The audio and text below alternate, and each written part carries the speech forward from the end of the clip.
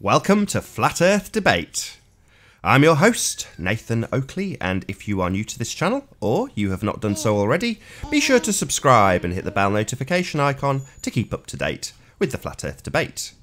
If you would like to support this channel, there is a super chat that runs alongside each of these live shows. But most importantly, if you would like to join the debate, simply click the link in the info box below this video. Be sure to mute the page you are currently watching before you do so, and say a big hello when you join the show. Other than that, please share the show, as sharing the show obviously increases the live audience, and this in turn increases the chances of a more diverse panel, so please share the show. And one last time, if you are new to the channel, or you have not done so already, be sure to subscribe and hit the bell notification icon to keep up to date with the Flat Earth Debate. We are joined by Sleeping Warrior. How are you doing, Sleeping Warrior? Good to have you here. Good morning. How are we? Good morning. Good to see you. Likewise. Just wondering if anybody's found any curvature out there yet. Been looking for curvature for months, not found any yet. Found lots of stuff that looks a little bit like curvature if you squint your eyes, like a bit of atmospheric, like horizon mirroring or dirty air on the horizon, whatever you want to call it. But, I mean, I haven't found any curvature yet. It occurred to me yesterday that the rhetoric from the Globe is such that they want you to understand their nonsense, you know, completely understand it before you're allowed to even challenge it. And if you don't understand their nonsense, you're just an idiot who doesn't understand what you're looking at. So in the case of the Isle of Man, we obviously say we just see stuff because it's there, but they have this like page-long explanation for what's there. And if you don't understand it or get it or accept it, then you're an idiot. Have you seen the page-long explanation? Well, I've heard it on about 20 shows. Oh, right. So this is about that, what do you call it? The non-standard refraction hyena. Yeah, slightly looming non-standard refraction hyena holograms. Well, I mean, we all understand the concept of this looming thing that they all claim that it is. Essentially, it's bringing things back from behind the curve because of the bending of light or the curvature of light caused by refraction. But when you look into the refraction argument, of course, it doesn't say anything about creating like an arc. It says that light bends up, down, left, and right. It bends in all directions, and it's governed, and the changes are minuscule, so much so that it's described as negligible. And the concept that this thing can follow the curvature of the Earth so precisely, you have to wonder how likely that is, given that if you're looking, say, 100 miles, and you're thinking that the light, or you're going to argue that the light at every interval between you and that 100-mile marker is following a perfect arc that just happens to be the curvature of the Earth.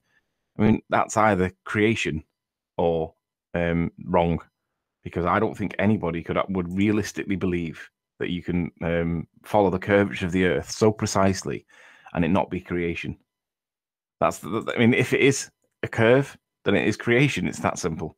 I don't see how they can argue it as anything else, to be honest.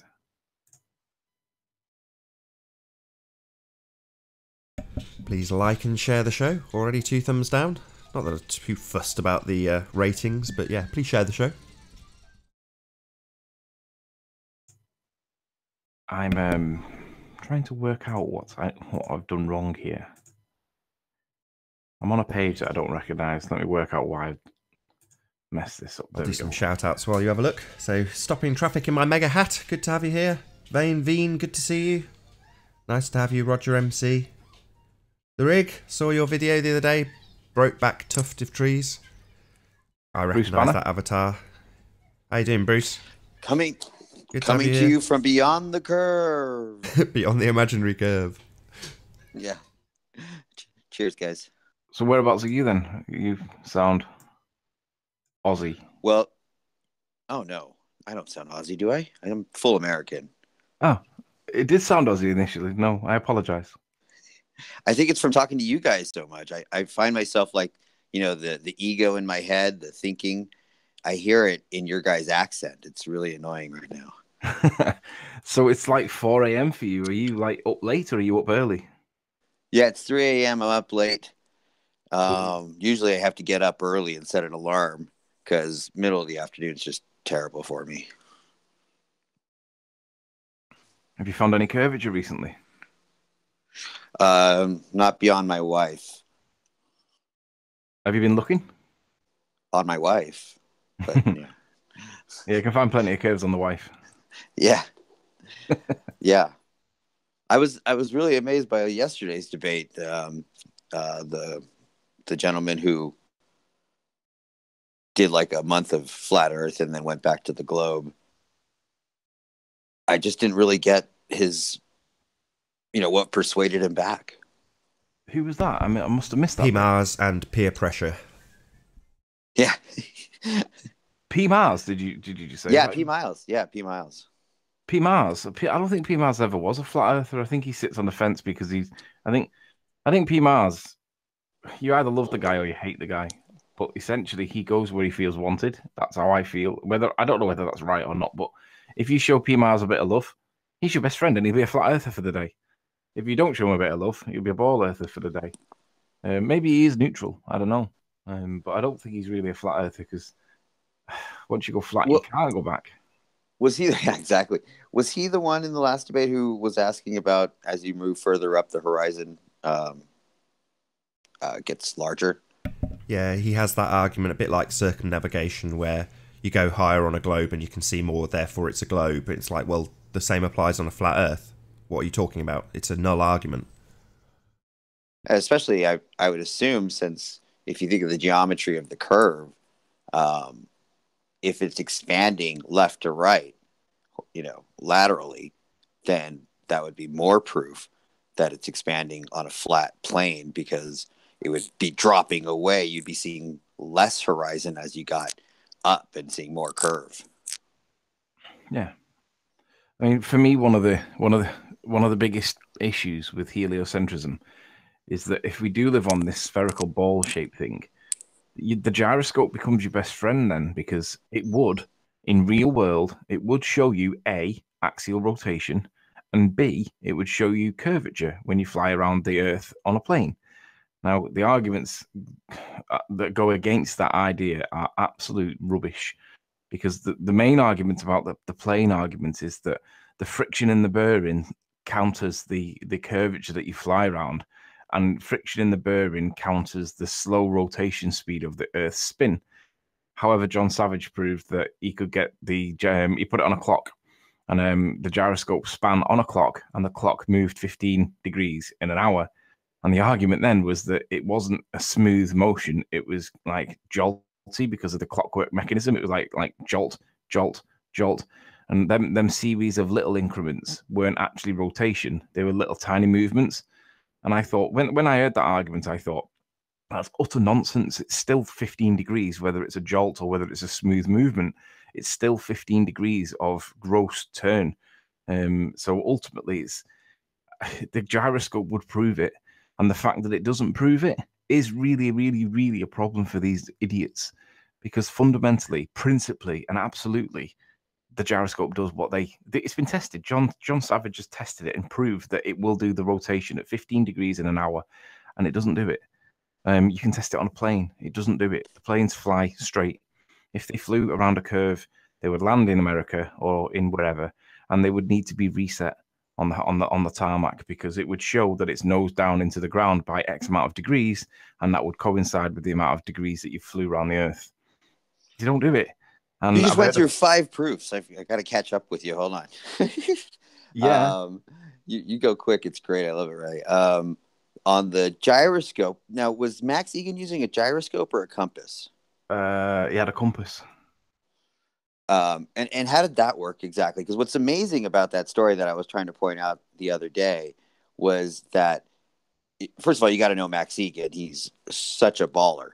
And he thinks talking about this is rubbish, to use your guys' word, because he's more interested in slavery as humanity and things of that nature. And who could play, that's great. That's a great cause. He's got some great causes. But he absolutely thinks talking about cosmology is a total waste of time and a total, he thinks it's like listening to the Grateful Dead getting us away from the truth or something. You know what I mean? And so then he goes on Jaron's show and he's like, yeah, I didn't experience anything on this flight. You're full of crap. And Jaron's like, wait, did you hear what you just said? And so if you could explain that mechanism, how that worked out real quick. The way I remember it, and it's been a while since I've seen anything to do with it, and I don't think I ever saw the conclusion of the Max Egan thing, but fundamentally, the point was that he was supposed to be traveling in a southeasterly direction, but he actually traveled in a northeasterly direction, I think it was. Or it might have been the opposite way around. I can't remember. I can't remember exactly which way around it was, but the point that I remember watching in the video was that he was meant to be traveling in a particular direction, but his compass on the back of the seat plane thing, the screen, was opposite.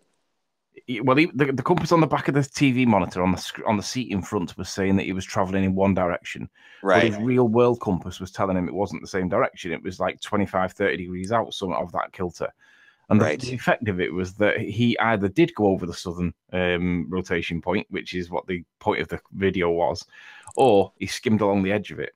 Right. I think that was right, Nath. Do you remember what the conclusion of it was? I can't remember the conclusion. It's a while ago. I do remember watching Max Egan's compass physically change as he was flying, while the seat rest said it was in exactly the same direction. So they were physically making a turn, and they weren't letting the passengers know. Right. And then you moved on to what was the next point you made? Friction in the bearings? No, beyond that, you were already off. Well, I guess first of all, let me just say, as we all know, the four things that don't work on a globe: gyroscope, periscope, lighthouse, and what would be the fourth? I'm learning here. I've not heard the periscope one, but I can see why. You can see why, right? I mean, every time I ask a glober, well, how far does a periscope see? You never get a straight answer, and that's like a couple inches off the water. You know what I mean? I'm going to do that. And obviously, you're proving the lighthouse in your picture. You know that wouldn't work on a globe. You wouldn't be able to use the lighthouse as a mechanism unless you have this bending of light, I guess. Well, I've just done a quick Google search, and the question was, how far can a periscope see?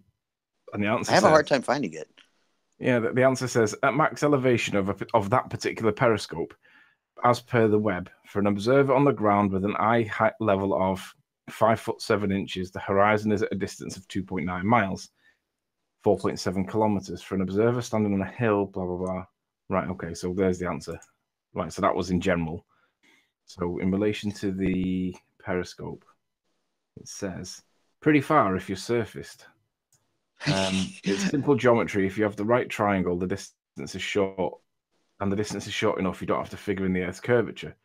Practically, it depends on the sea state and the wave height, of course, weather and closely related haze.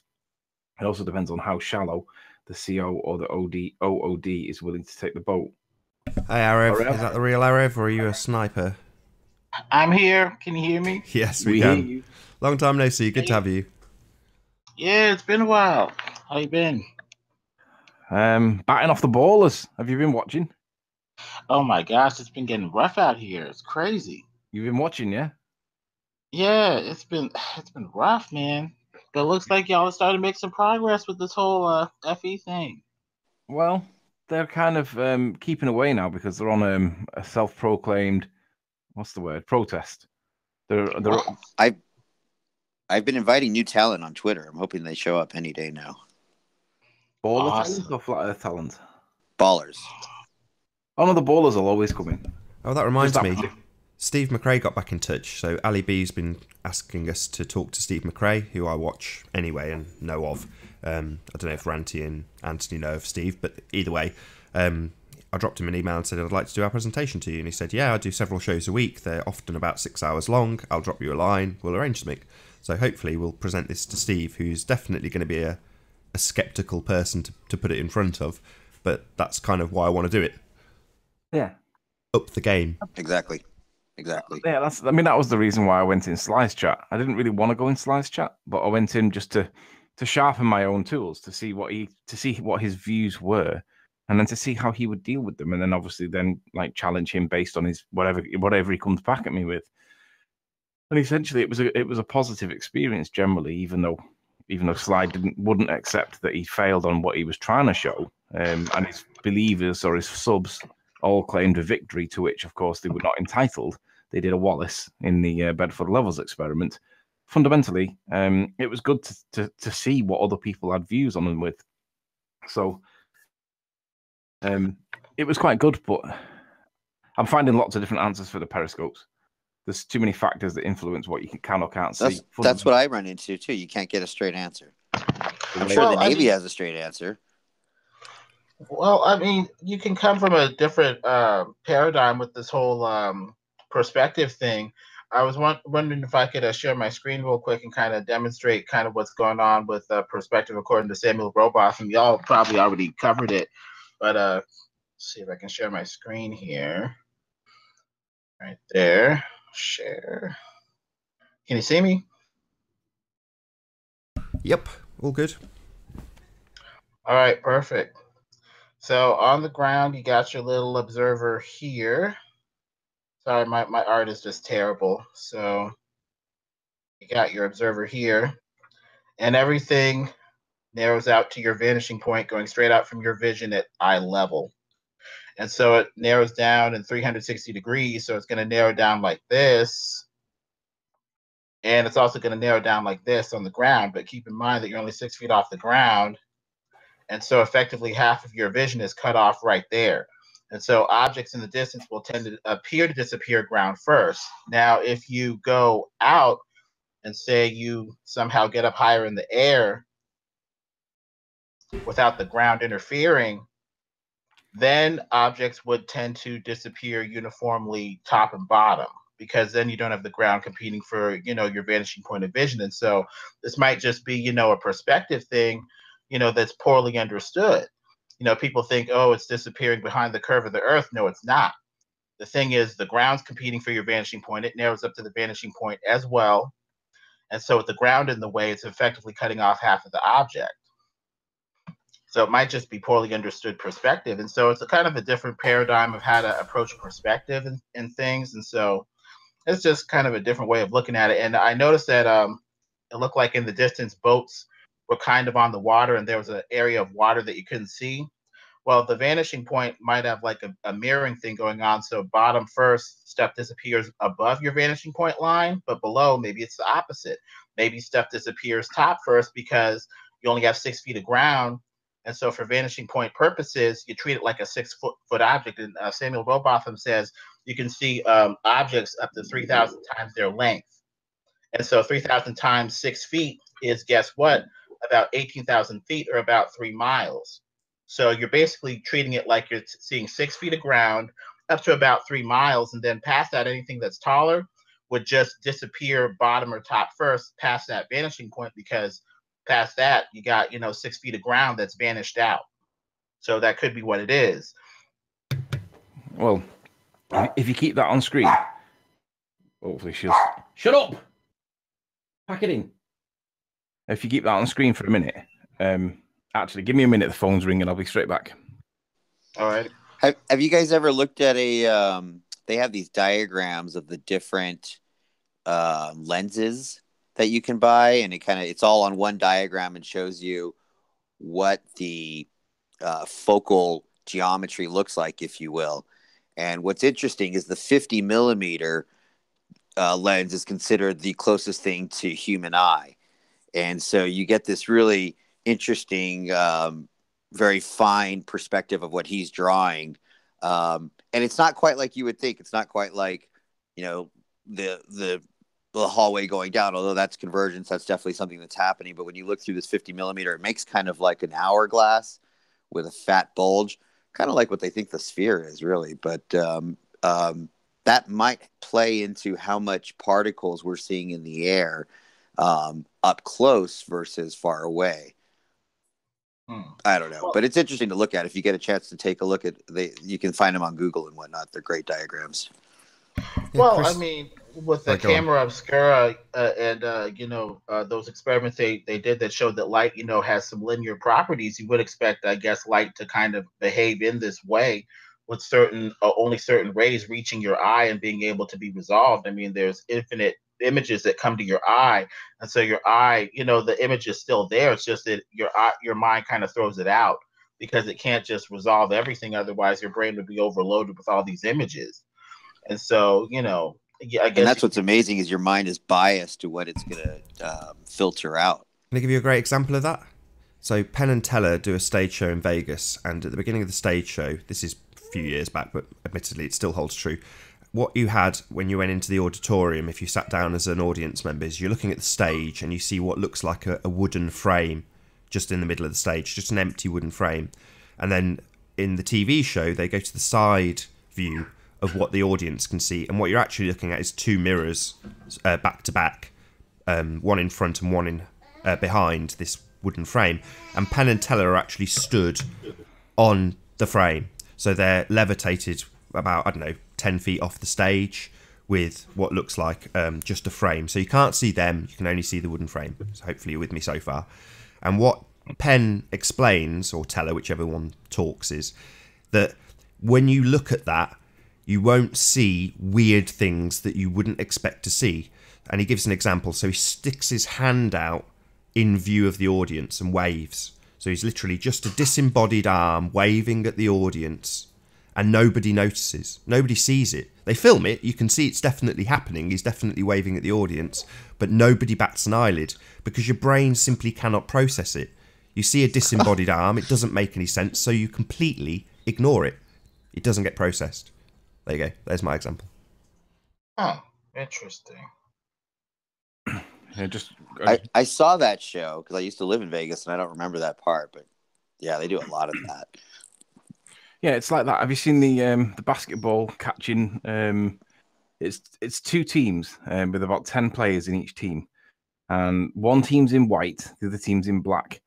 And what they're doing is they're constantly moving in the screen, and like the white team are throwing the ball between themselves, the black team are throwing the ball between themselves. And what you're supposed to do, the challenge was to count how many passes the black team make. And in the middle, there's a moonwalking gorilla that moonwalks through the picture, and your mind doesn't even see it because you're concentrating that much on counting the passes of the black team. That's insane. Yeah, it's crazy, but your brain does not see it, and this is why eyewitness testimony is always considered to be dodgy in courts. There's something called the Turnbull Guidelines in UK law, and it says if your main witness is the only key piece of evidence that you've got, then you have to read to the jury 7 questions of. It's to limit how strong the jury interprets the witness testimony. And it's things like, did you have a line of sight? What was the color lighted? What was the ambient lighting like? Was it yellowy, like the orangey yellowy color, or was it street lights or what? And there's a load of things that they read to the jury to say, look, don't take this person's word for gospel. People do make mistakes. So there's a few times I've seen that gorilla, moonwalking gorilla, and it's like they do different things. It could be basketballs, it could be skipping, and you've got to count the number of skips. Basically, they're trying to distract you with something else. And because I'd seen it before, of course, you're then conscious of the test. So you see the moonwalking gorilla go by, and you're like, I know this test. And then the last time I watched it, they did it, and I was like, yeah, I saw the gorilla. And they said, but did you see the colour change in the background? And you go, what? And then they rewind it and show you that it's gone from blue to yellow, and you haven't noticed. Yeah.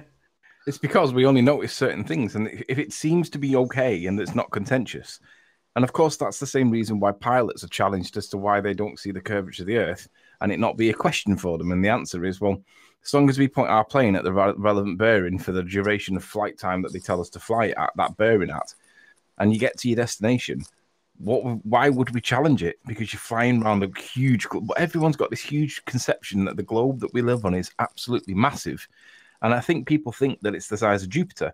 But actually, when you look at the geometric maths of it, it's the size of, well, if want for a better phrase, what Stanley shows. The reality is it's a lot smaller than what we're told. If you look 4 at times the size of the moon is a great way to get that perspective. That's not that big. Yeah, I mean, Rave, if do us a favor, put your screen back on, your thing with your triangles on, or have you got rid of it? Yes, sir. Right there. So what you've kind of crudely showed there is what we see from a perspective point of view. But if you were to draw a brick wall across where the two lines meet at the apex at the bottom, just draw a brick wall, maybe a couple of centimeters in front of it. Right here? No, towards the end, towards the point where it converges. Yeah, about there. Okay. Go back a little bit. Uh-huh. Just right here.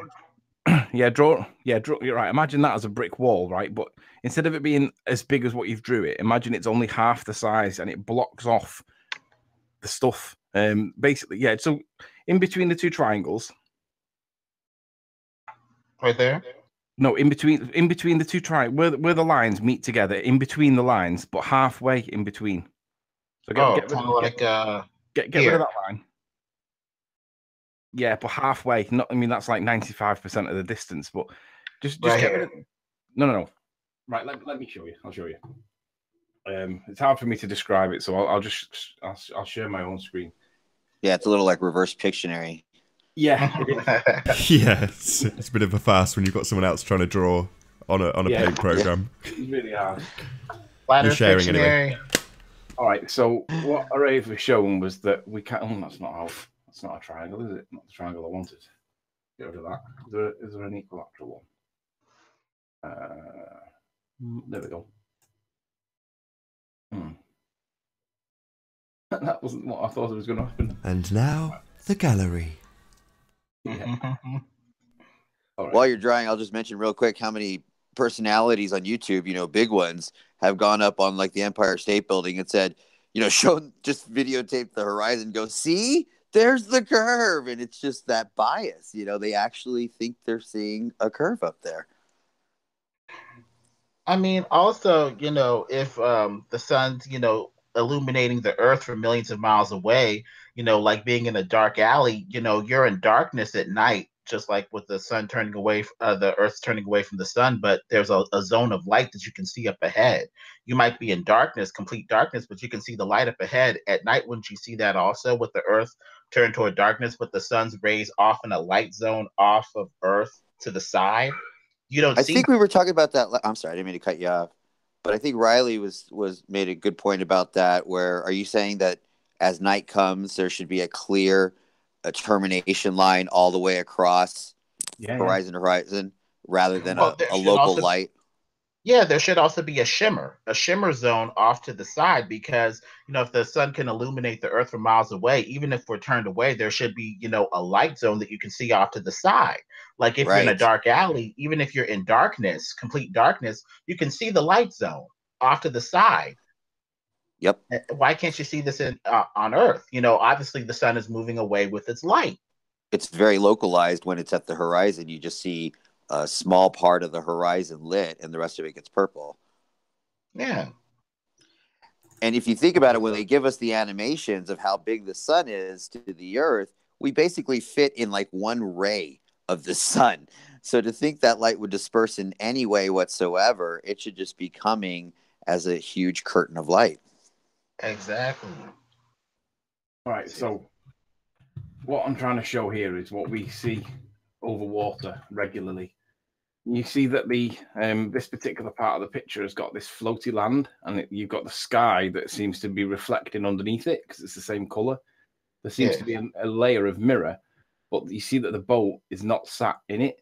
So the boat's before this horizon block or dirty air or whatever this word is. And I don't know the word to describe it because there is no science for it, because we don't live on a ball. We don't live on a flat plane, but the science says that this is what they call refraction is the curvature of the earth. Now, obviously there is no curve, but there is something on the horizon and it does block what we see.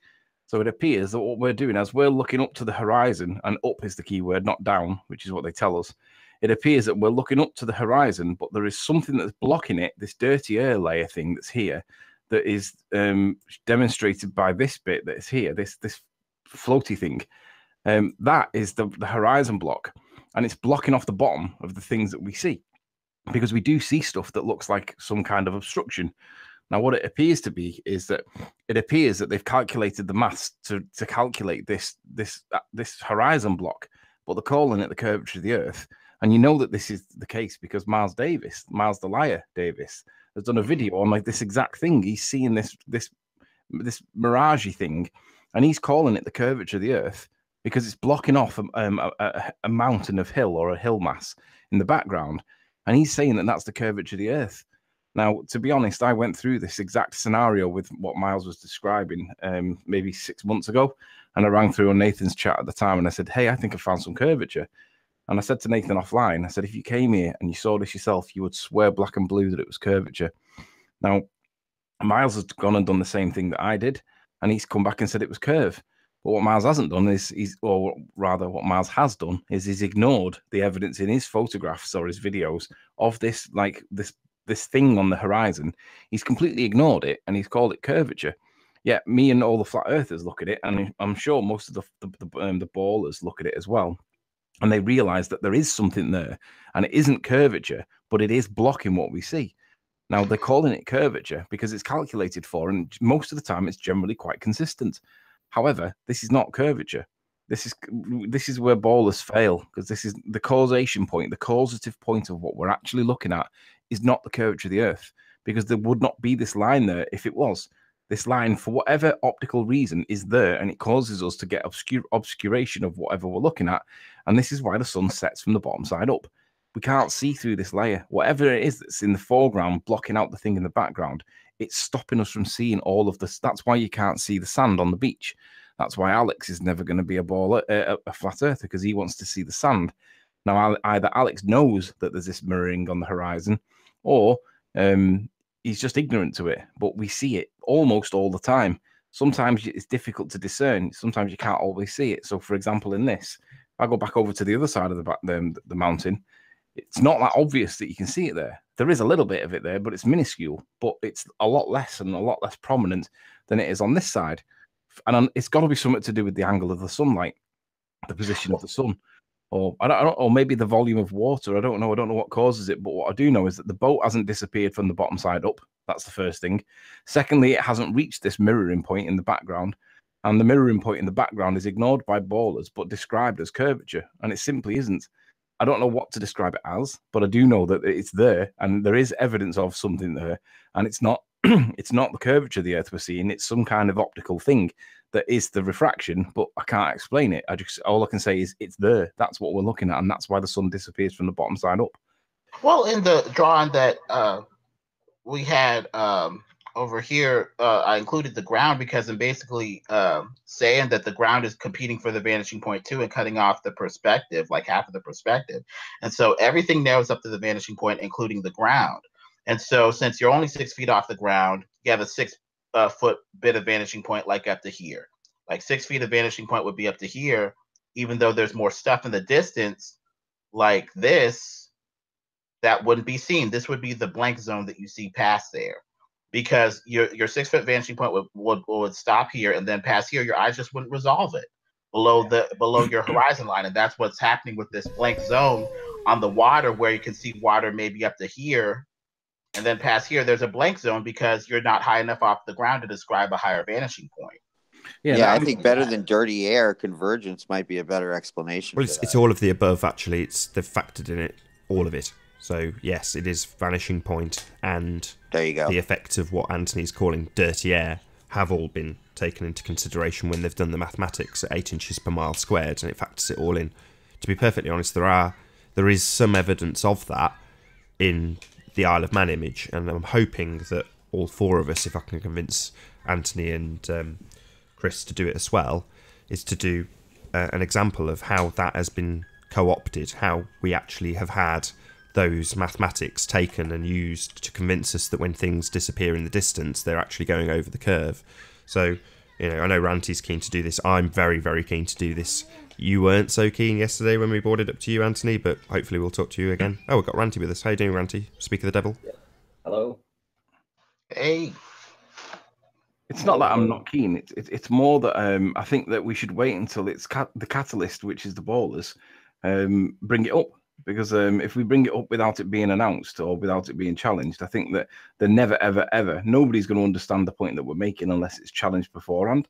So I think if we do it preemptively, I think that will just cause confusion. And because I get what you're talking about, but it's not easy to understand even with us, like that understand it. It's difficult to understand, but I'm not bothered. I just think that I can make it sound easy that everyone understands. We'll do it now then if you want. No, I'm not prepared for it yet. I'm going to work on it today and get it all prepared so that when I do it, it will be very easy to understand. I'm glad you've said that, Ranty, because... Sorry, Anthony, I was just going to say, I'm glad you've said that, because I think it's a very, very important point, because visually, up until now, I've had dozens of explanations of how refraction or convergence or whatever has been co-opted into curvature, but I've never had a visual example of how I can literally put it on screen and go, right, this is what they have done, and you can see it.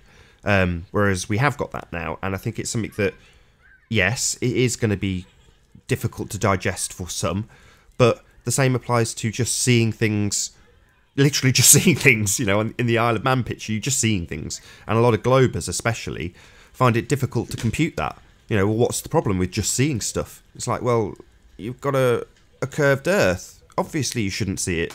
They're like, well, no, it's normal. And then you go to maths, and I think there's a cognitive break where they don't realise that by understanding and accepting the mathematics, they're essentially saying that they're seeing things that aren't there. And a lot of people haven't quite got to that stage yet. So I think, yeah, you're right, Anthony. It might just be a bit too much, a bit too soon to go into that level of detail. But it will come, and I think it'll come with sort of a good amount of preparation, so that it can be explained in a relatively easy to understand way.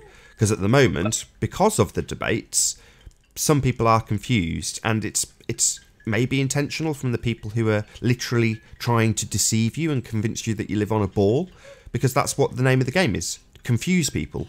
You know, if they don't really understand it, if they don't really understand that when they look at the Isle of Man, they have to accept that those things aren't there, then if they don't understand that, they can just accept the mathematics of how it's been brought back without appreciating what brought back means. And it helps to give a system, like a basis for what's going on, because if they can see what's going on, then they can be like, oh, I didn't see it from this perspective. Now I have a different way of looking at it that might be valid. And so with even the sunrise and stuff, you could take the implications of, you know, kind of what this vanishing point is basically saying with the sun, and say to them, see if I can get rid of all this extra drawn stuff and draw kind of what's happening with the sun. Let me try a new one. Don't save. So you're here on the ground, and the sun is vanishing into the distance. Basically, what it kind of says is you have a fake vanishing point and a true vanishing point. If you're up in the air and you were at height level with the object that you're seeing, the sun in this case, it would disappear down to the vanishing point uniformly. But since you're on the ground, it doesn't disappear uniformly like this. It disappears on ground. Well, actually, it's higher up, but the same principle would apply. So it would have the 6 foot vanishing point part where it would vanish past first, and then the taller part of the sun would dip down bottom first, below that imaginary vanishing point, bottom first, because the 6 foot vanishing point below vision has already been reached, and so it can't disappear uniformly like this. As those are the two interactions you're talking about: the fact that you don't have top to bottom panoramic view on the object, so it can't disappear uniformly in the distance, and you're not at eye level. And so that shows that you're not at eye level with the object, and that's going to disappear bottom first down to your 6 foot bottom half of your vanishing point. So that could be what's happening kind of with the sun up there in the sky. But the difficult questions would be like, how would, you know, you deal with the vanishing point when the object's higher, when it's lower? But I think that's basically the principle. And then like with the water, the reverse is happening, because it's vanishing out 6 feet of water, and then you get kind of like a dead zone above up to the vanishing point, because I guess you're so low to the ground or something like that. But it's a little hard to explain, but that's the general principle.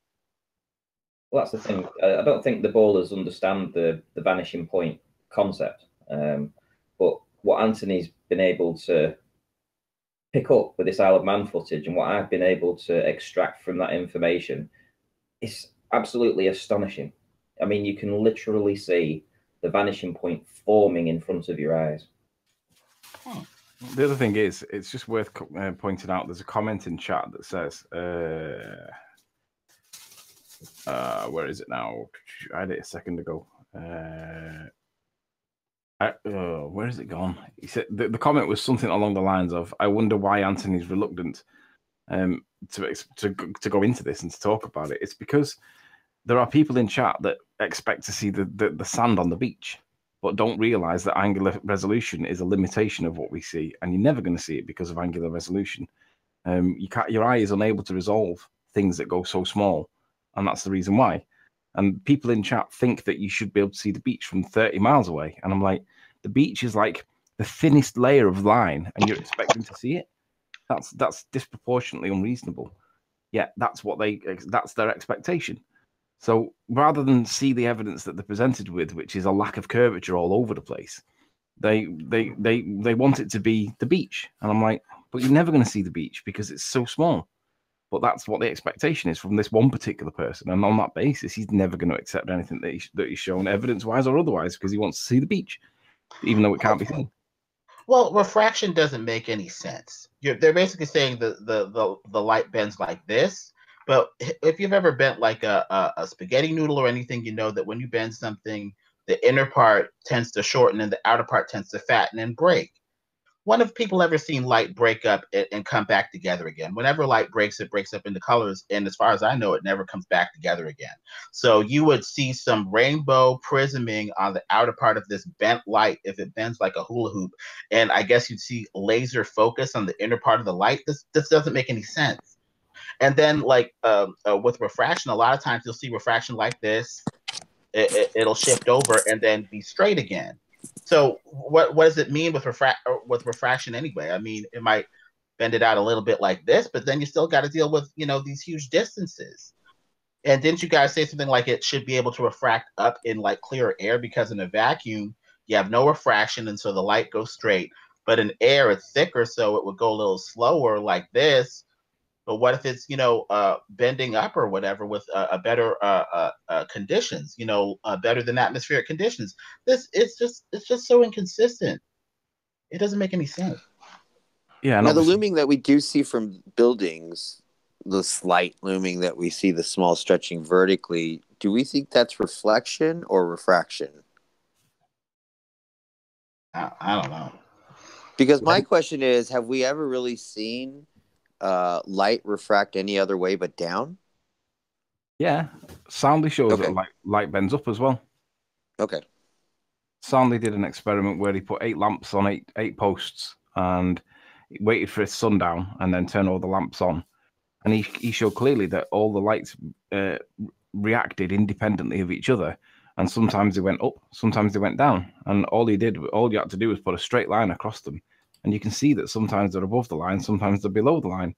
Yet Soundly showed the evidence to support it being curvature of the Earth, but then didn't tell anybody that, well, actually, light does bend up as well.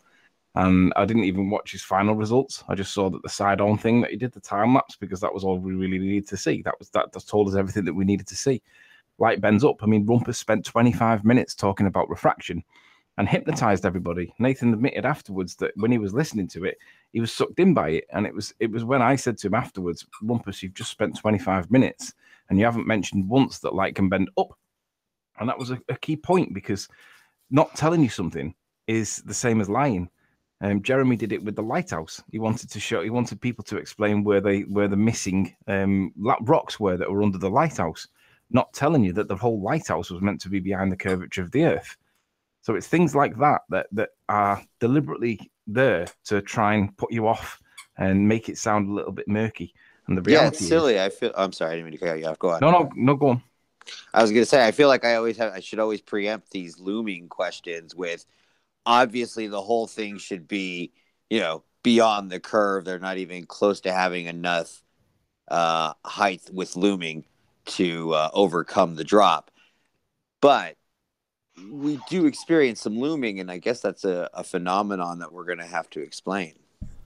Yeah, it's easy to explain. I mean, in terms of when you see Ireland in the left-hand side of the image at 145 miles, you've got an absolute crap load of refraction going on between you and the image. Even on an exceptionally clear day, you can still see that band below that land. In other words, Ireland in the distance is still having the bottom of it cut off, if you want to look at it in that way, and it looks like it's literally levitating.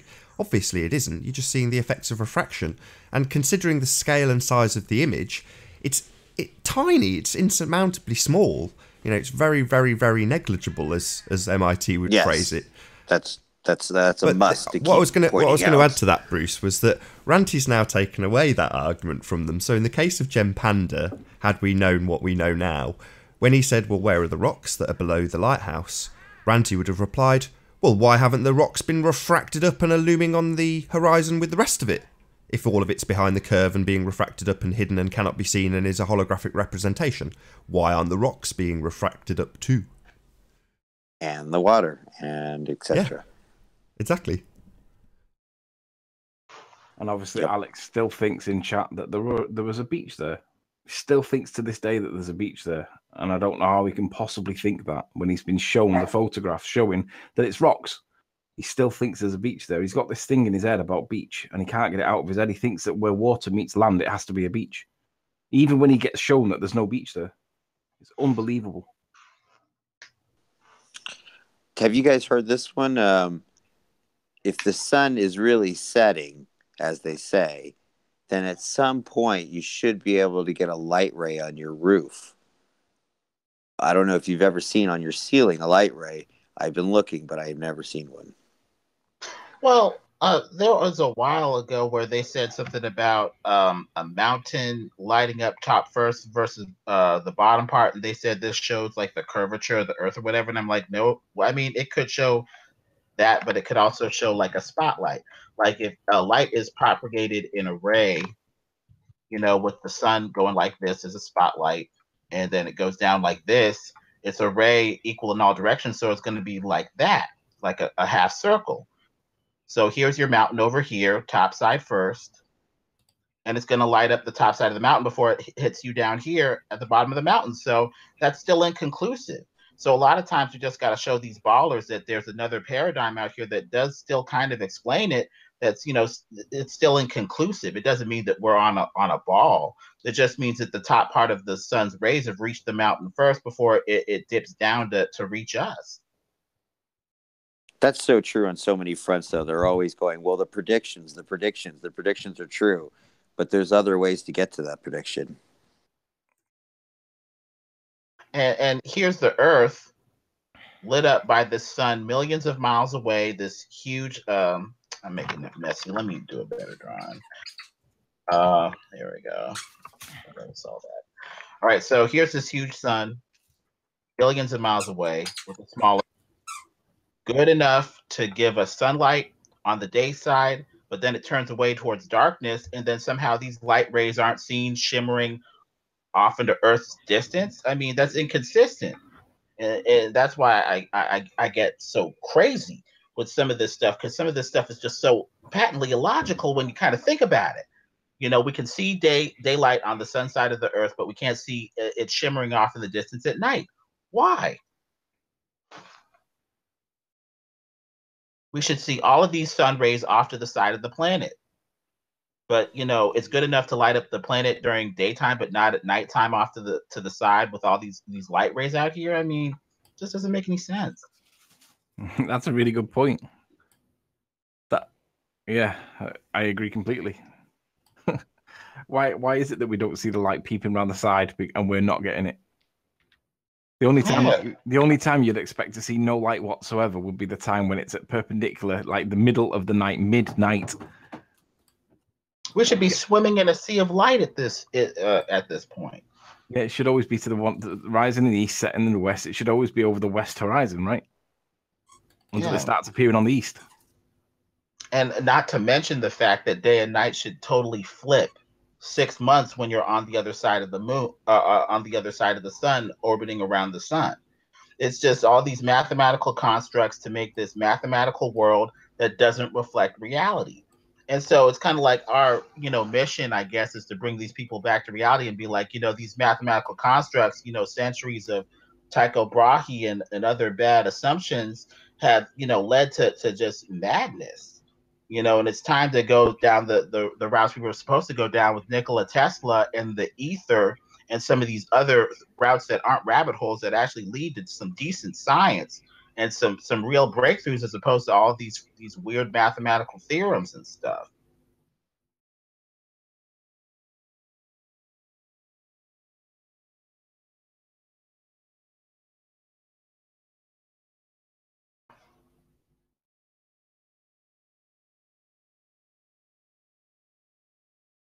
There'll We're be a just putting short together an pause while encyclopedia tonight.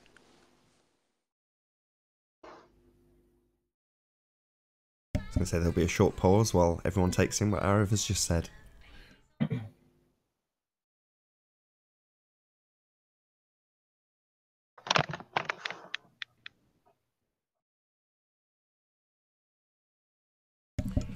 Oh, this is all very relaxed. I might do my link a little bit early, rather than waiting to Might interrupt as well. somebody.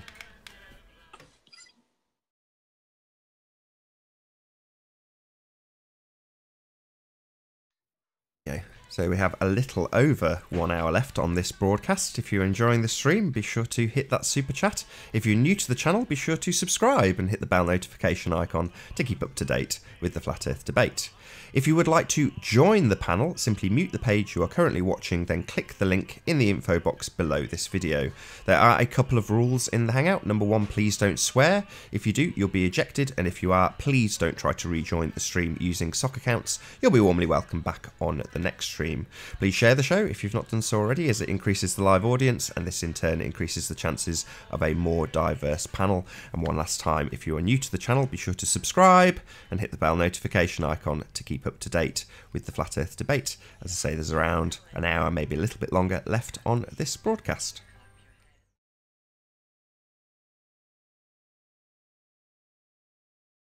So where we started way back was a few points that Riley was making, and I do remember the last one, and we were talking about flights being so ridiculous, and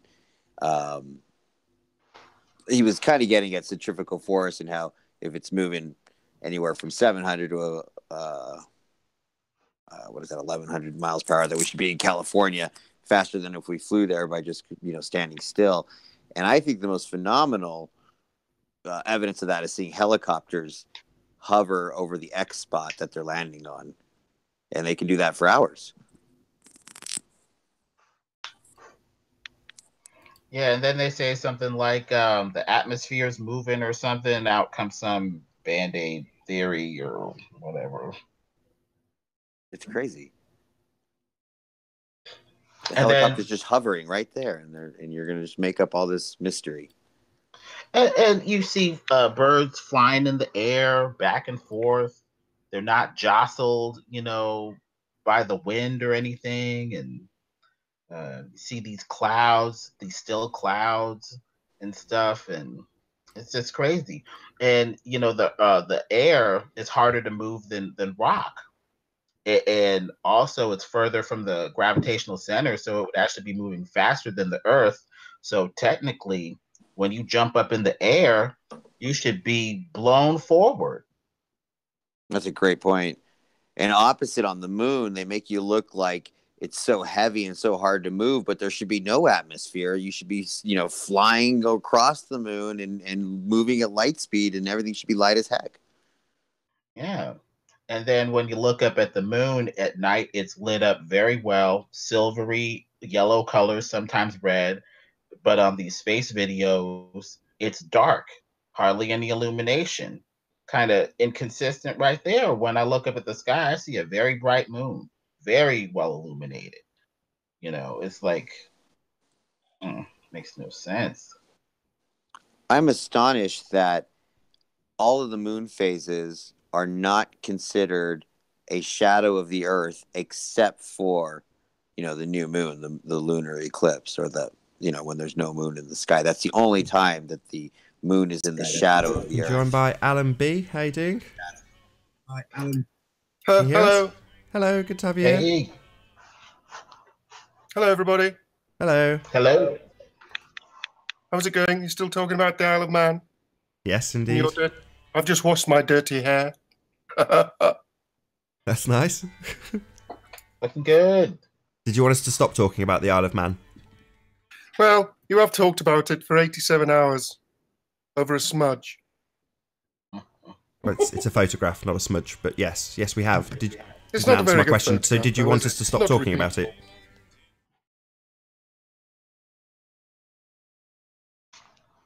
And Yeah, it just shows how, you got to get people thinking correct on these things. Otherwise, people labor for decades and years and centuries over incorrect doctrine. If somebody would have, explained perspective properly to our parents, we wouldn't be having this discussion. Yeah, it's claimed that Rowbottom was debunked, and yet we still talk about him, 100 years later? So, yeah, just still haven't answered my question. Did you want us to stop talking about it, Alan? Yes, please. Oh, well. Never mind. Looks like you're going to be disappointed today. 87 hours, that's 2 working weeks. Yeah. Maybe it'll be talked for 100 years. Who knows? Will you be counting the hours if it's talked to into the next generation? I doubt it. No, I doubt it too, Alan. You could just stop listening and do what the others have done. Maybe stick your head in the sand and ignore it. Don't be rude. No, I'm being dead serious. That's what others seem to do. They stick their heads in the sand and just ignore it. You have chosen to, what's the word, ridicule it, call it a smudge. And ask us to stop talking about it, of course. Well, first it's on the left, then it's on the right. The lighthouses are all over the place. They are. They're everywhere. It's amazing how many there are. It's not very accurate. It's a photograph. I've got to say, though, it can't be I'm glad inaccurate. that you It's a acknowledge- photograph. Do you understand that, Alan? It is what it is. It's not an inaccurate photograph. It's a photograph. You understand that, right? Why haven't you been back? You, Nathan. I mean, the I've never been there at all. Is, I've never ever been as there, you Alan. turn it, Let alone not go back. first I've not hand. been there. I'm I've never going. been I'm there. going on Friday. And There you go. people have been back and not got the same results. So there is work in progress here. And you do realise that by acknowledging that there is a smudge there that should be behind the curve of the Earth, you are actually acknowledging that the Earth's flat. No, not really. I'm acknowledging that the whole photo is a smudge. No, Not but it really. isn't. You're acknowledging one particular smudge in one particular area that's supposed to be behind the curve of the Earth.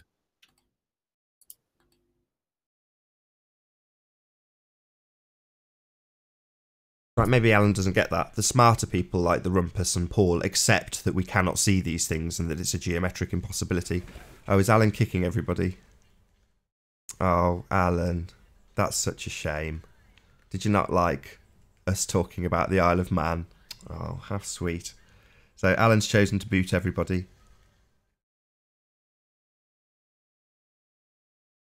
Very good of you to be here, Alan. Clearly, if you don't want us to talk about it, you feel that we just shouldn't talk about it to anybody.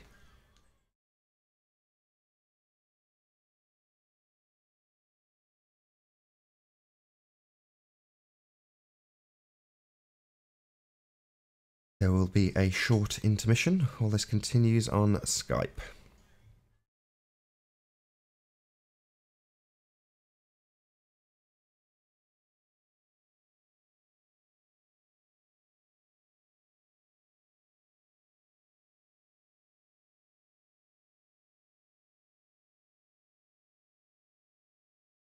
For some reason, it's come through on my phone.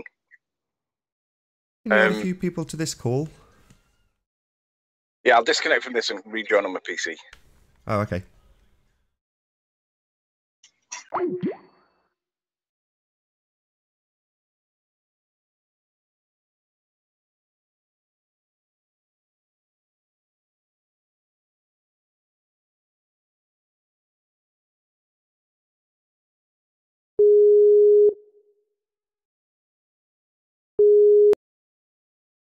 Hello. Hello. Seems Alan didn't like talking about the Isle of Man, and if we weren't prepared to shut up about it, he felt the need to shut us up. Yeah, let me just work out where I've got the sound coming from. However, the link is still open. You can still join if you are in the audience and would like to join the discussion. So basically, Alan, the squeaky voice guy, was an imposter.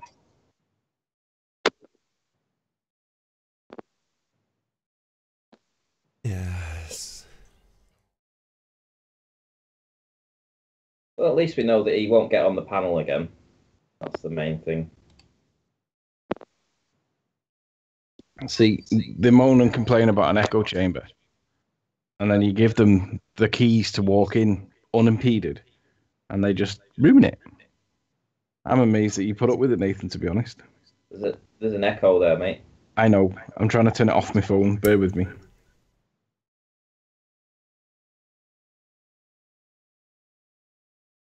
Right, that should be better. Does that work?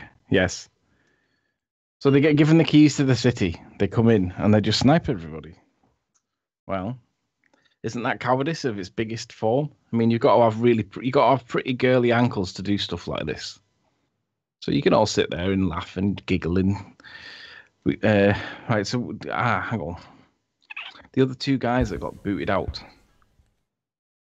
I asked the one guy to send me an email. He may have sent me an email so I can add him on Skype. Bruce Banner, yeah. Doesn't look like he sent me an email. Nathan Oakley 1980 at AOL.com if you want to drop me a line, Bruce. Nick with no L says, lol, Riley, remember when you sniped 5 people in the same hangout? Yeah, it was actually 3 people, Nick. I mean, you know what they say about people that exaggerate things? And it wasn't even a hangout that was live. It was a hangout that never made it live and was being restreamed by somebody else. It never went live, as far as I remember. Or maybe it did, I can't remember. But in any event, it was offline at the time. So yes, I did snipe 3 people, not 5. And it was offline. So what? And I admitted it straight away. Like, Riley doesn't snipe on this channel. Of course, snipe. We have to keep certain people out, don't we? I might have just added a random person. So I don't know if the guy I've just added is actually the guy. We shall see. He certainly sent me an email saying, yes, I am on Skype. Maybe not. Is he there? No. See, it must be a different guy. He's tried to get on before this Alan B. And he's made a big hoo-ha in the chat saying that, because he's tried to come on at the end of the stream. And then we allow him in and he snipes, so he won't be coming on again. It's as simple as that, isn't it? Unless you want the snipers in, Nathan. Well, I don't get it. I don't think he is a sniper. He's just a regular guy who sniped. Occasionally people... Oh, come on. You could tell he was putting a voice on. He didn't join the show to snipe. He had something to say. He wanted to tell us that we shouldn't be talking about Isle of Man anymore, and we've spent over 80 hours on it. And when it was pointed out that something that's claimed to be debunked by the Globe side, i.e. Rowbottom's work, it still gets talked about to this day, even though it's claimed to be debunked. This isn't in any way debunked. It's absolutely rock solid. Nobody's challenging anything. The best they can come up with is the Mark Taylor defence, which is what this guy's come up with. It's a smudge. Can't tell what it is. It's like, well, we can tell what it is. It's a lighthouse-shaped smudge, if you want to call it a smudge, and it's in the exact location a lighthouse should be. If you want to ignore that particular smudge, there's a smudge that another glober, namely James Panda, identified for us, and was pretty conclusive about his identification, and we all agree. And that also is a holographic projection. It's not really there. It doesn't really exist in this world of globeness that you all think you live in. And when this is pointed out to people like that, they snipe us. That's the bottom line.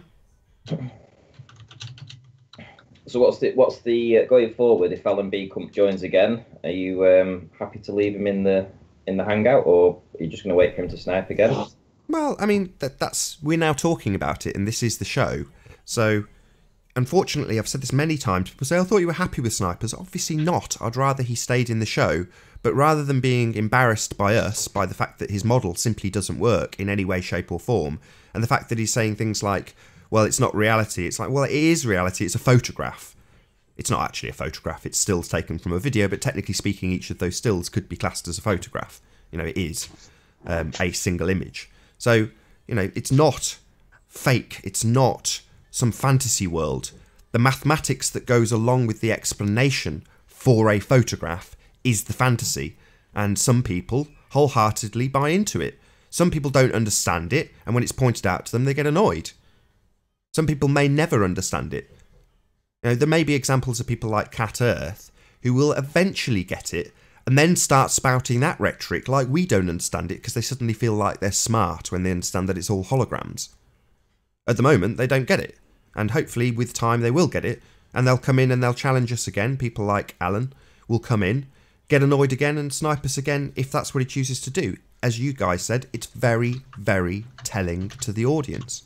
There is an open door here. You can come in, but there's a glitch, whatever you want to call it. YouTube/Google allow people to do this. I can't control it, literally. There's nothing I can do about it. Absolutely nothing. But that's the show. That's what we've had today. Very cordial and polite show until a Glober joined, told us, in no uncertain terms, that we shouldn't be talking about this, And when we continued and told him tough luck, we're going to anyway, he sniped us all. That's what's happened. And I want that shown. You know, as much as I would prefer we just had a cordial conversation with him and pointed out that he's a fantasist, he may not like that, but that's the world he lives in. If he doesn't like the world of fantasy being pointed out to him, and he snipes us as a consequence, that's the way it is. I can't do anything about that. We don't know that he's going to snipe us. Anybody could do the same. So are you going to go back to the old way of doing things where you had 3 or 4 open hangouts ready to restream and put a new link out in case we get sniped again? I could do that now if you wanted me to. It takes me 30 seconds. Do you want me to put a new one in and you can jump back in? Yeah, I mean, okay, give me 2 minutes. Worthwhile. It's very quick and easy to do. Happened enough times.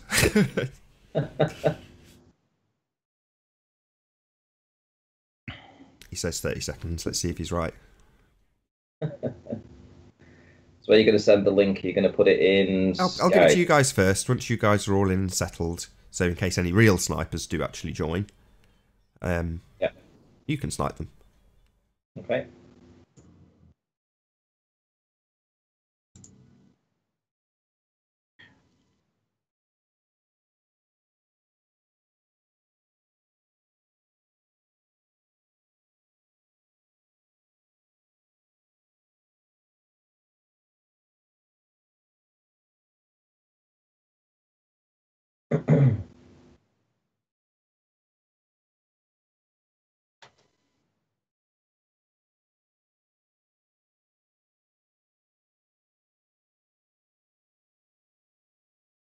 There you go. You want to drop from this call and it should be in the side chat. Sure.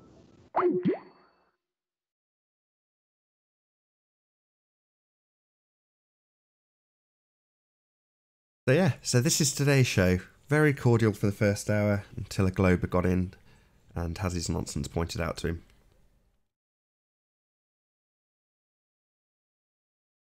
Hello, hello.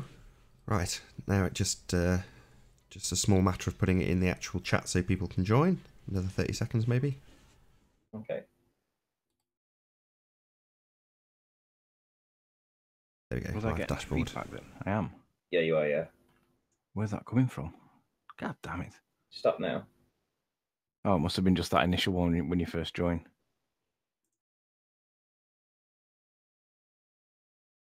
So hopefully the show can carry on. Might get the same guys back as we had last time. This show, if Alan does rejoin, just kick him immediately. Yeah. It's just caused me at least 2 minutes work. And just addressing those in chat that are complaining about sniping.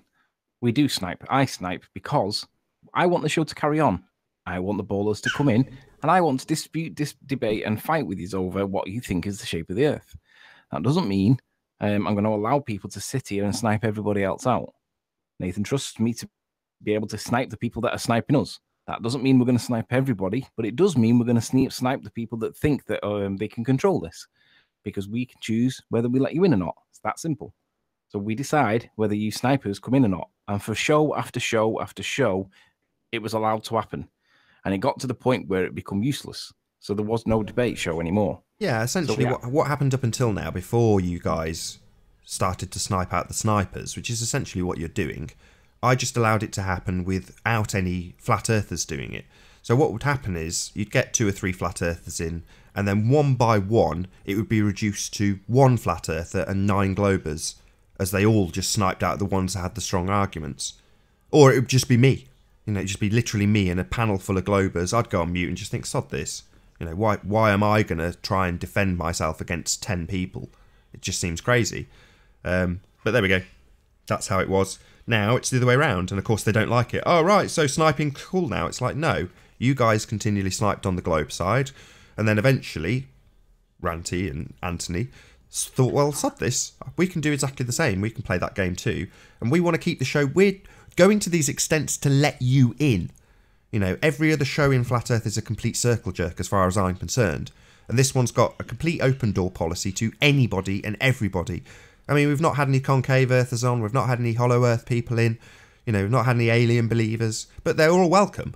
What we have had is nothing but anti-flat earthers who snipe real flat earthers out of the show. That was how it was for the first 60 or 70 shows.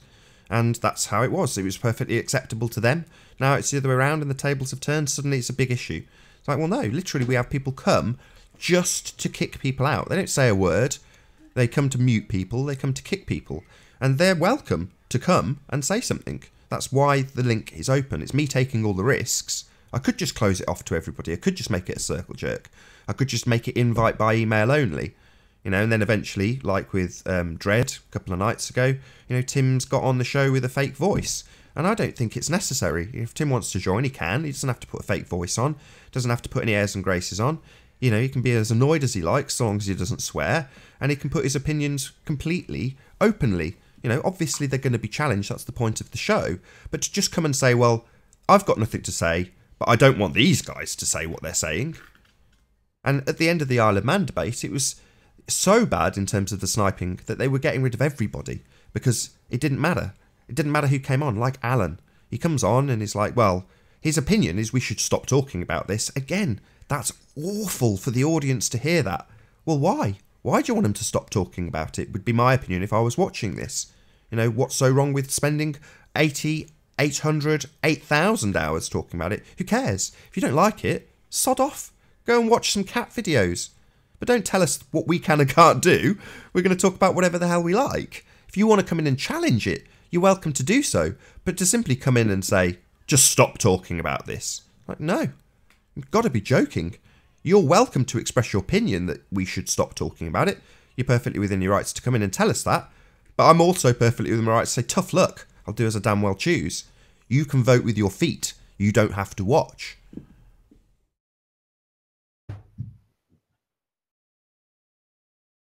Move. Come on, move. The link is available, by the way, if somebody wants to join. Or at least I hope it is. Seems to be working.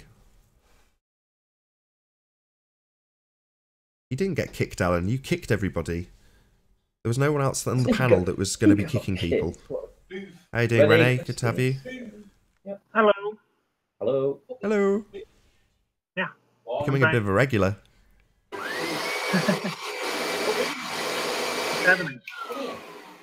Puppy, move. I think a dog just sat on a vacuum cleaner. What can we do for you, Renee? Sorry for the sketchy start. So,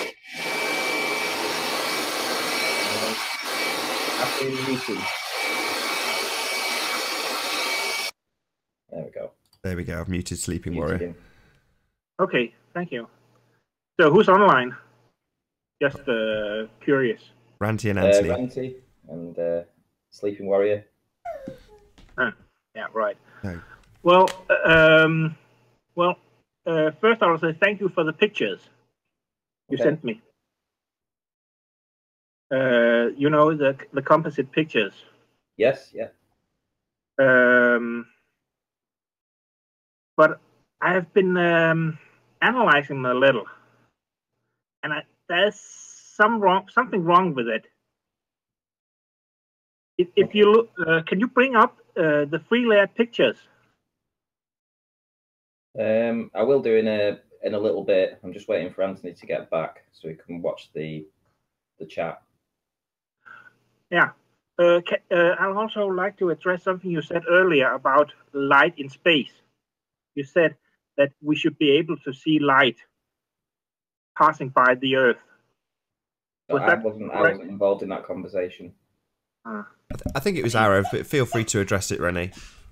Yeah, I think you can't see light unless it's reflected on something, either the atmosphere, the ground, or clouds, or anything like that.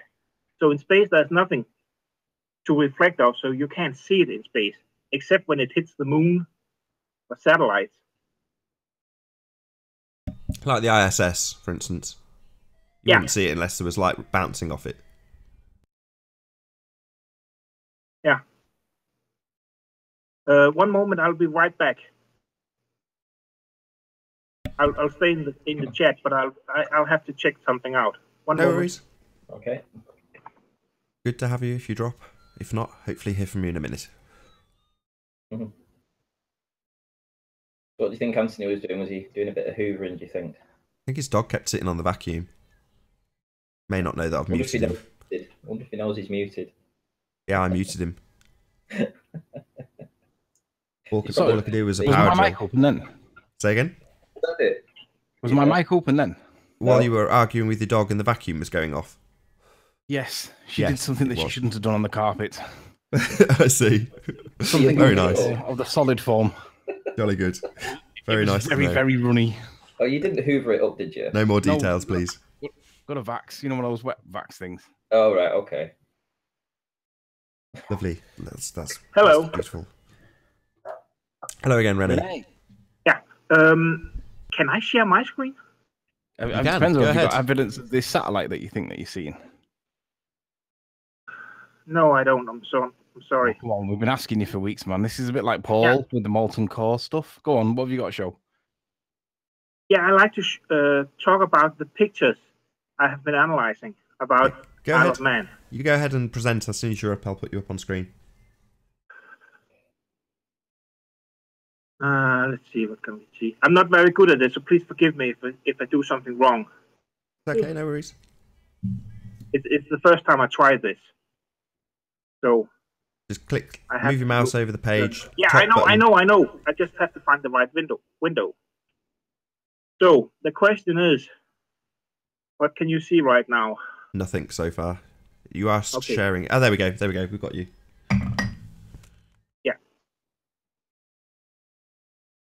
You can see Douglas Head, Baldwin, Bala Canal, and Ballarat, right? Yeah, go on, we see. Yeah. But Ballerine and Ballarat is actually reversed. I mean, this down here, where you say it's Balladrin, that's actually Bala Canal.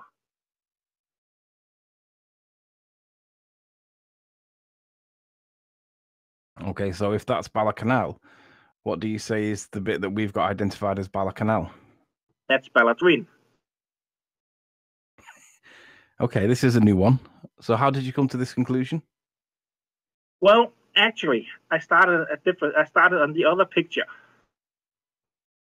by identifying 2 points that I knew I could identify both here and on Google Earth. And I took this lighthouse here. You know what you call it? Hey, Alan B. Yeah. I assume you've just come to snipe us. He's dropped already, so clearly just wants to snipe you out, Rennie. No, he's gone. Oh, okay. Okay. Sorry, carry on. Yeah, this lighthouse here, I can't remember. It'll end with M. It starts with an M.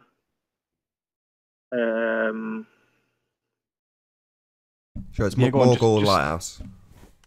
Yeah. Just speak uninterrupted because we're waiting for you to speak and it just slows Yeah, okay. Yeah. I know. As I said, I'm not good at this. This is the first time I tried this. And then I took this cliff here. I think I have to change something. One moment, I have to stop sharing and share all of my screen. Because I have to change between programs. Hello again, Alan B. Hello again, Alan B. Oh, we dropped already. Now you should see my whole screen again. I'm not sure what you can see, but you should be able to see parts of that photo, of your photo on the screen. Is that correct? Yes, we see the photo. It's all good. I need to move this around a little. Yeah. So, this is the lighthouse. And this is the cliff. So I measured the distance. The cliff is here. So I measured the different distance between them and divided it and measured the angle between the 2 points. Google Earth. The angle. Alan B, can you stop joining? I'll show you here. This is the point where the pictures was taken, right? At St. Bees. Correct. Yeah. So I took this point, this line here, and this line here, and measured the angle between them, and that came up to 10.49 degrees. That means. Hello again, Alan B. How many times are you going to keep joining? Can I continue? You can. You're just being interrupted by somebody that doesn't want you to talk. Okay, yeah. I know why. Probably. So the distance in the picture, I know it's in centimeters, but I put it in PowerPoint. It's 58.41 centimeters divided by 10.49. That means that for every 5.568 centimeters, that's 1 degree. You follow me? Yeah, we're all with you so far. I think we all know what the problem will be as well, but carry on. Just keep speaking. We're just watching. So you Hello, just carry Alan, on again. If we get stuck, we'll interrupt. Yeah. Alan just So keeps what joining. well, okay. So then I started to point out, let's say, the ends of the island, right down here, and measured the difference, which measured the distance between the lighthouse and this point here, and it comes up to 44.61 centimeters. That's the furthest you can see. Is that right? That's what you claim is island. Sure. Yeah. And that comes up to 8.01 degree. So if you put that in... For God's sake, Alan, just give up.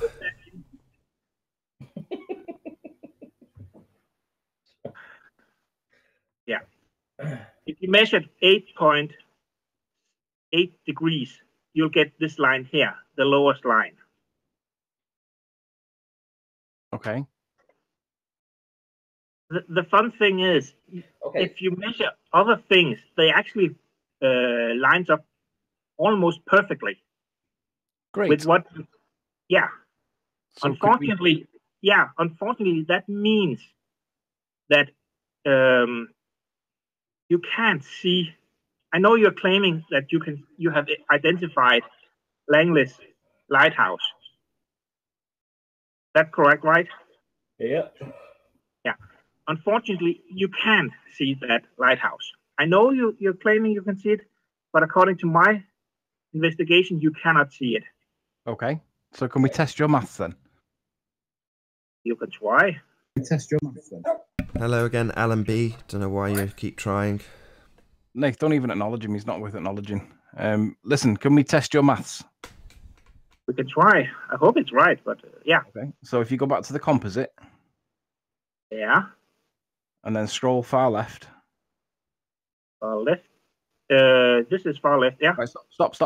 Right, can you see in the middle of the picture you've got 31.4 equals 5.64. 30. This what? Yeah. You've got that lined up to the middle or the second light, yeah? Yeah. Could you show me on Google Earth where that actually is, please? Yeah. Let's see a little white spot. It's this one here. You can see it's blinking. So let's zoom in.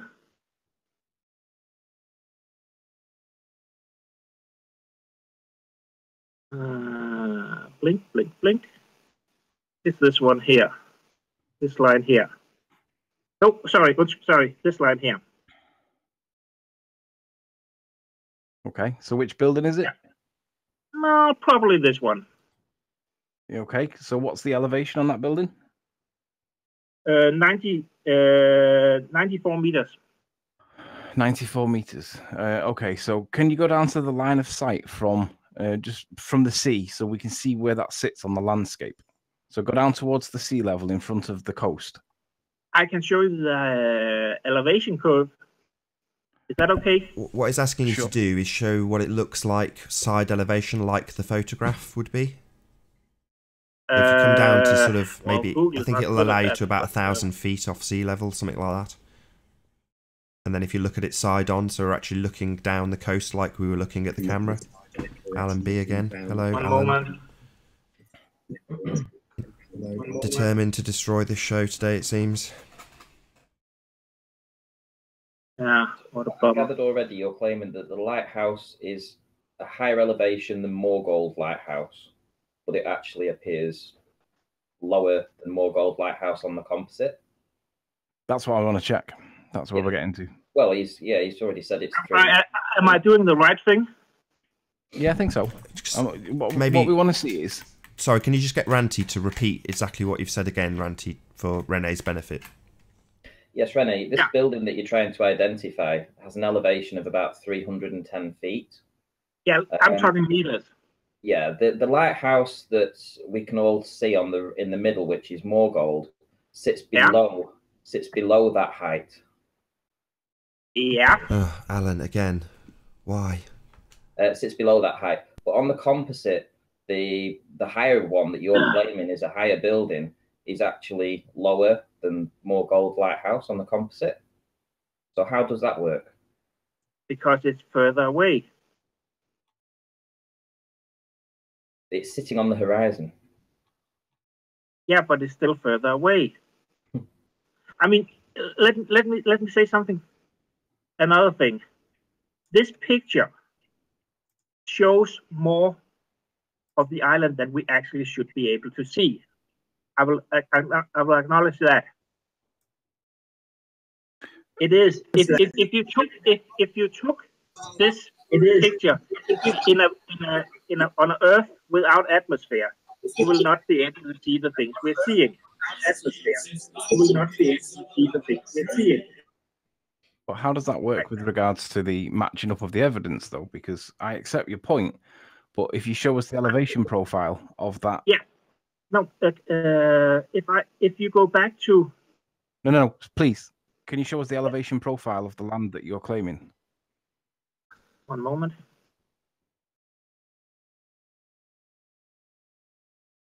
One moment. I have to zoom in a little bit.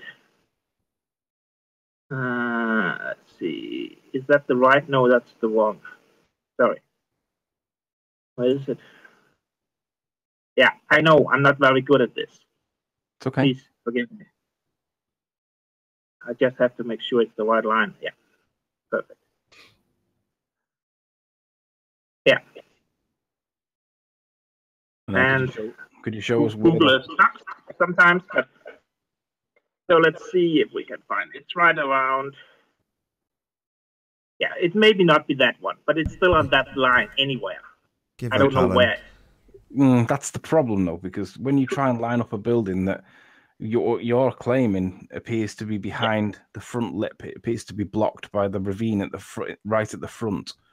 That doesn't make me think. It could be also be this building here. Show me. Well, so let me just get this right. We're now totally changing the building. So this is, sorry, Renee, this is the kind of thing that Rumpus would do, and it gets very frustrating. So you've just taken us to a target, told us conclusively that's what it is. Now you're saying, well, because that's blocked by a hill, well, maybe it's this building. So, you know, it just seems like you've triangulated using something that's highly contentious.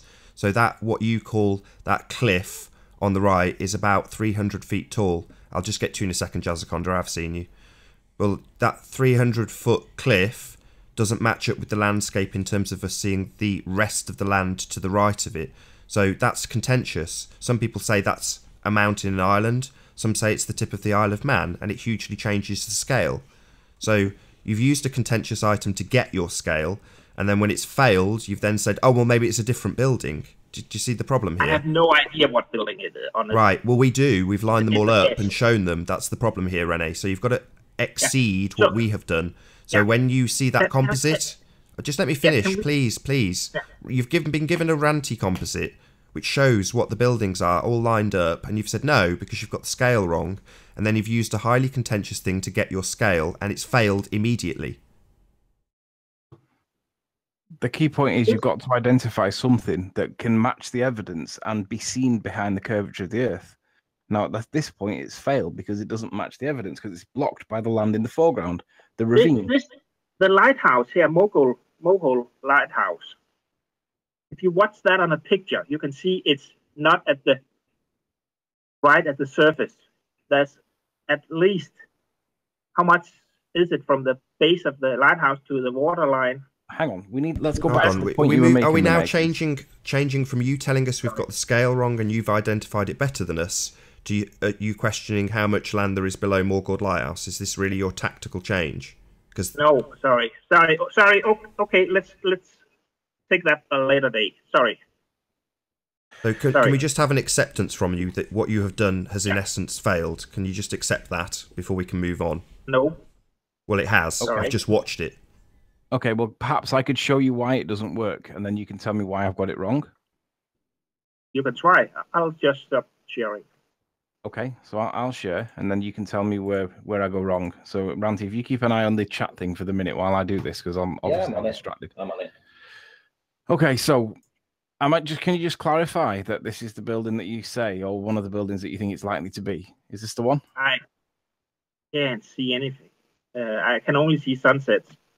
Just click on where it says sleeping. The bottom box. Okay, yeah. Sorry. Yeah. You only did it really quick, so I didn't quite catch it. Hello, Jeff. Morning. You only did it really quick. Morning, Ranty. Yeah, Jeff. Morning, Ranty. Morning, Ranty. Good to have you, Jeff. What can we do for you? Bear with us, Rene. How can we help you, Jeff? Oh, we're gonna. He just had it on loop. He had it on loop. No, but we're gonna get sniped. He's dropped straight out, hasn't he? No, I kicked him. Oh, good. No, I'm still on. No, not I'm you. sure he's kicked people in the past anyway. But right. Okay. So can you just clarify? Is this the building that you said you thought it might be? If I zoom out a little bit, you can see. That could probably be it. Yeah, one of them. Yeah. Can you be precise though? I want to get this right because I don't want you to change because you're gonna have to change your position. I don't know. I can't say by certainty what kind of. There's no pressure. But that matter, it could be a right truck. If you want to, Rene, we've got a good half an hour left. Hopefully you're not under any time restraints. Feel free to go back to Google and just get a bit of clarity. It doesn't matter if it takes 10 minutes, 15 minutes for you to find it, frankly.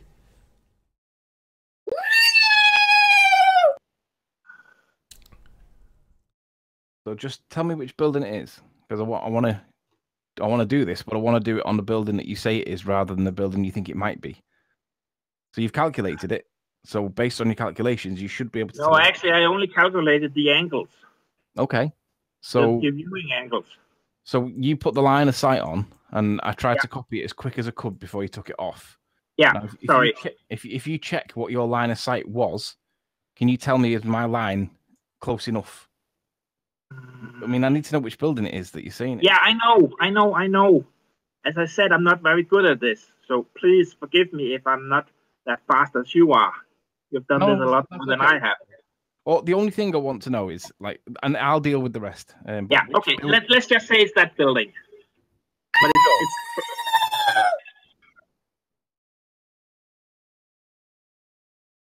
You sure? Man, how can you live with this? Yeah, this is because you're currently making the globe look bad. I'm just going to tell you like it is, Rennie. I'm going to not sugarcoat it in any way, but all three of us on this panel know how this will fail, and we're demonstrating it. So for everything we do, it makes it look worse for your side of the argument. If you're a glober, that is. I assume you are. Yeah. Okay, so we're going to work on the concept that this is the building, okay? It may not be. Yeah. You can feel free to change it at any point if you wish, but what I was trying to get you to do before was to drop it down to the elevation that it's like kind of sea level-ish, so that we can see what would be the profile position from, the elevation that I was at, or something similar. And as you can see by this, there's a ravine in front of us. There appears to be nothing that we can do to see it. It appears that is behind the ravine. So when we zoom out a little bit, we look behind the ravine and see that it is in fact behind the ravine. So then what we do is we save it, wherever it is. Where's that line gone now? Oh, I need to save the line, that's right. So save the line. And then if we click elevation profile, you can see, as I just described visually, you can also see that as the line goes up there, we have the ravine, and then the houses that you're looking at are behind it and in a valley behind. So So that means it's an impossibility that is the right building. Do you agree? Yeah, I do. Okay. So then what we would then say is perhaps you've misidentified that building and perhaps it's a different building, and we'd invite you to see if you can find an alternative building that we could check. Okay. Yeah. Listen, just before I fire off it, let me just show you the bit that you need to match. Just so that I'm clear and that you understand my position and that we're both on the same page. But Anthony, can I just jump in and just say one thing? You need to find something that's on an exact line of sight with that particular building, because otherwise, even if it's only a fraction to the left or the right, his whole scale will fail. Correct. Everything that he's done will fail. So it has to be something that's on a direct line with that building that he's identified. But the key point is, if you realize that what we're seeing on the real world image is that we see the ravine edge, the horizon where the land meets the sky, we see the ravine edge.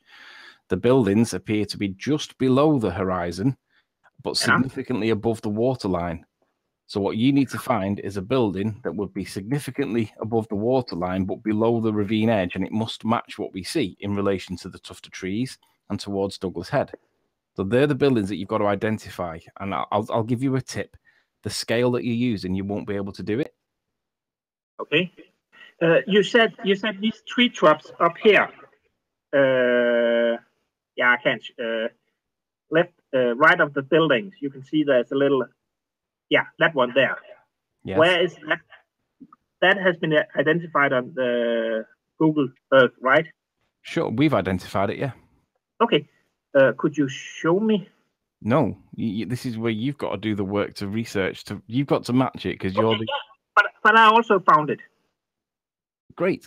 Okay. So I'll just let's see. Let's see what. Yeah, here. It's right here. It look. We don't have your screen at the minute. If you can just share your screen again, Rene, please. Yeah.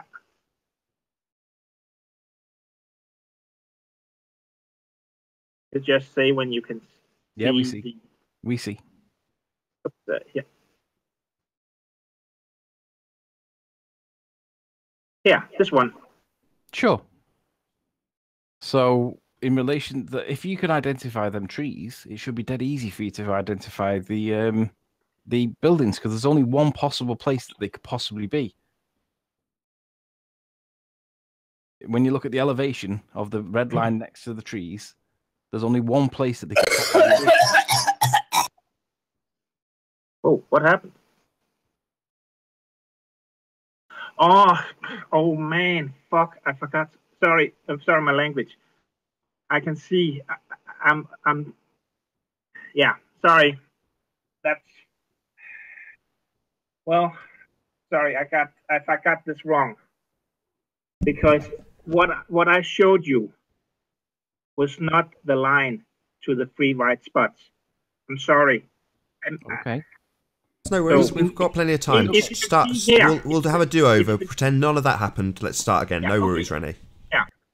If you can see, I got something called 3 white spots. This line blinking here.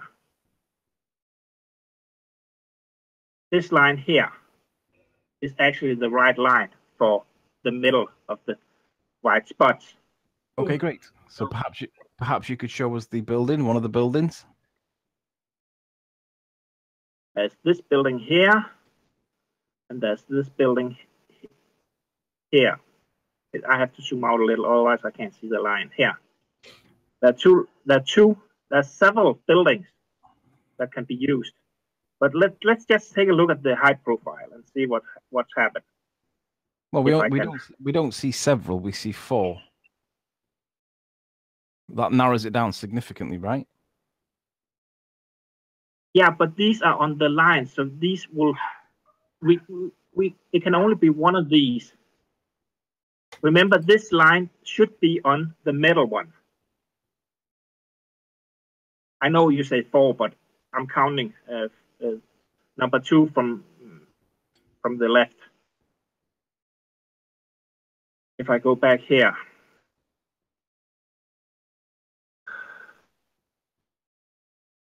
I have to admit, I am pretty bored with this particular thing because this has been done Yeah. for like 40 episodes with ballers that have had experience using Google Earth, and we've had the top brass come in and they've all failed. And sorry, I've just seen you're repeating the same thing that they've done. And But on the other hand, I'm not bored. I'd like to. Yeah, no, I'm just saying. We've already seen all the. Can we continue for a few minutes more? Yeah, you carry on. You've got all the time you need. Yeah. This line here, if I can get the height profile, of course I can't. I just there, height profile, and of course it zooms out. There. Yeah. So it could be these buildings here are both within the line of sight. Okay, great. So perhaps you could tell us what the elevation of that building is. I can see that one. The first one here is 140 meters, 114 meters, and the next one is 155 meters. Okay, so that's 512 feet. As far as I'm just trying to identify the same building myself. So I believe that we're looking at 500 feet, give or take a couple of feet. That appears to be the same building. Okay, so now again, could you come down to the line of sight like I did and show us what the profile from the side looks like? Because I agree it could be seen. Now all we're going to do is match. One moment, my phone is ringing.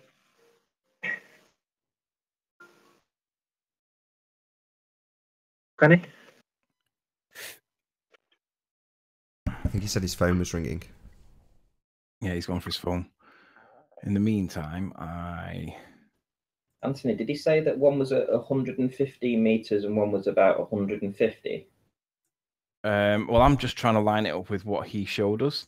Well, if that's the case, there's a 100-foot difference. But if you look at those three white lines, they're in identical height. Yeah, I know, but let's get him to. He's back at his thing now, so let's get him to draw the line of sight in, so we could see it from the profile that the model that doesn't work tells us we can.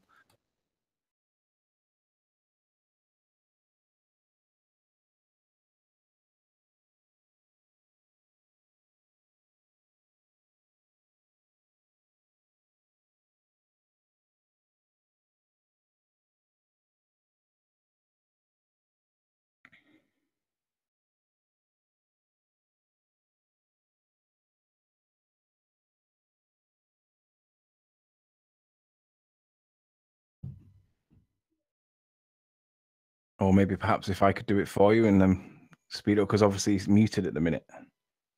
He's not muted. Sorry. Oh, sorry. Yeah. Can you see the two, this building and this building here? You can see them both. Have you not just changed the buildings? No, I haven't changed the buildings. This is the correct line of sight. Can you zoom into the building, please? That's not the building I thought you had identified before. Let me just double check. See from the top down or just here? Hang on a sec. I've lost my screen. There we go. Right. So I'm looking to just bear with me a sec while I get to the same thing on my screen so that I can just check your work. So bear with me. Baldrine, and it's them. Oh, yeah, that's right. Okay. So I have the buildings on the screen as well. Okay, so go on, make your point. Yeah, what I want you to do is zoom down to the street level, and look up the way I did, and show us what we can see. Show us that we can see it and where it is in relation to the rest of the landmass. Yeah, that's the first thing that we do. Good luck with that. Yeah. Let's see. I just have to make sure I'm looking at the right line. And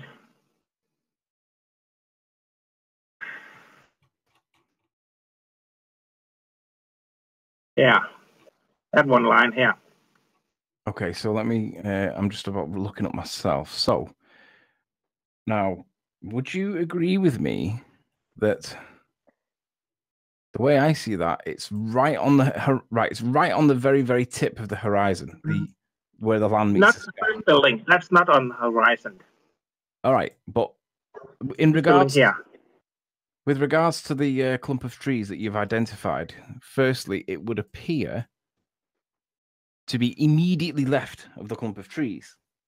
Can you Can you show us? Just zoom out a little bit so we can see the clump of trees. I'm not sure. I think the trees are this part here. No, the trees are they're just behind the ravine on the left. More to the left. More to the left. To the left. No, go back on the line of sight. They're sticking up. It's the hump that's sticking up in the middle of the frame now. Now slightly right of frame. There you go. No, this one. That's the trees. Right, pull it in, mate. Go zoom in a little bit. You'll see them. Go on, that's it. That's it. Keep going. Now, stop. Go back. Go to the left. Oh, that one. Yeah. No, yeah. That's the right. Go to the left. Sorry. There's your clump of trees. That line there. This one. Oh, this one there. Okay, yeah. That's your clump of trees. So with regard, go back to the line of sight so that you keep your eye on where they are. That's it. Go back to your line of sight. I just have to remember which one line it is. Yeah, there we here. go. It's this line here. So if you can sit on top of it. No, it's the red line slightly to right of frame now. No, it's not. That's the clump of trees. It's this one that's blinking. Yes, that's the one. That's your line of sight. Now, relative to the clump of trees, would you agree with me? It's immediately next to it. It's almost touching it. One moment. I have to check something out. Yeah, that's what I was going to say. Does it do that in real world? So go move the map to the left. No. Oh, sorry. Yeah. But yeah, pull that to the right so that we pan to the left. Sorry. Now everything is fucked up. Oh, I was back in business. That's it. That's the one. Keep going. Go to the left. Yeah. No, go the other way. Oh, so... Keep going. Yeah. Bit more. Yeah. Bit more. Keep going. It's right, there. Yeah. There's the three lights. Okay, so stop. So the clump of trees, it's immediately to the left. Now, if you're going to say that that's immediately to the left, I'll say, I don't agree with you, but okay, let's test it. Now, notice how much land there is below it, and notice how much land there is above it. There's a lot below it, but a little bit above it. Agreed? Yeah. Yeah. So let's go back to Google Earth. Now, can you tell me the elevation of one of them buildings? Or the building that you're talking about? This one is 114 meters. Okay, so now let's go to the curve calculator.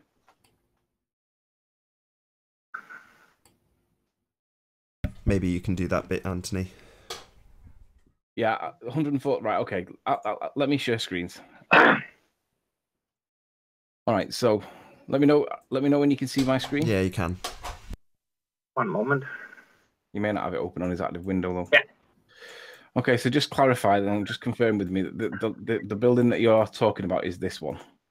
Oops. So I'm just there's the clump of trees, and it's immediately to the left. Okay. Yeah. Could you zoom in on the building for a moment?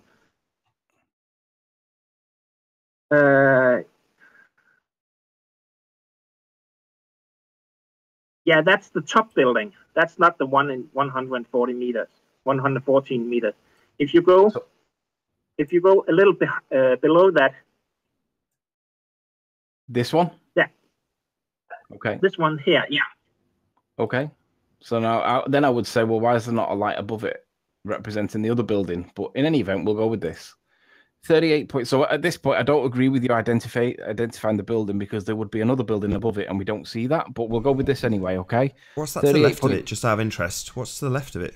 Just pan left a little bit. Is there not a town there? We have the town of Baldrine. There's a great big town missing. Immediately to the left. Okay, well, there's 2 points with this. I was going to go with the curvature one, but Nathan's going with the it doesn't match the evidence point, which is equally valid, and we'll mention that as well. If I go back to the evidence, we can see that there is the lights that you're indicating with the tuft of trees, but what Nathan's point is that there's a whole town called Baldrine, and it doesn't appear here, which is where it should do if what you're saying is correct. Would you agree that if that's the tuft of trees and that's the light, and then we have this whole town called Baldrine, would you agree that if we can see the light for this building, you would expect to see the whole town here? Yeah, there's the tuft of trees, there's the lights. Look, there's no town, there's no evidence of a town, there's a missing town. Would you agree? Well, we can see it. Yeah, yeah, I follow you. Yeah, I know. Okay, so that's one point. So Nathan's point there with the it doesn't match the evidence point has kind of been dealt with. Now, what I'll do now is apply the curve to it, because we'll see it's 38.3 miles. Okay, so let's bring up the magic maths. Let's bring up this one. So 38.3 distance in miles, 38.3 miles. The viewer height was 52. And we should see, well, this is where you and I may disagree, but that's the value that the geometric drop is. But this is the value that everybody wants us to use. As a flat earther, we use drop now. We don't use this refracted hidden nonsense. But we'll use yours just so that we can give you half a chance. No, let's explain why.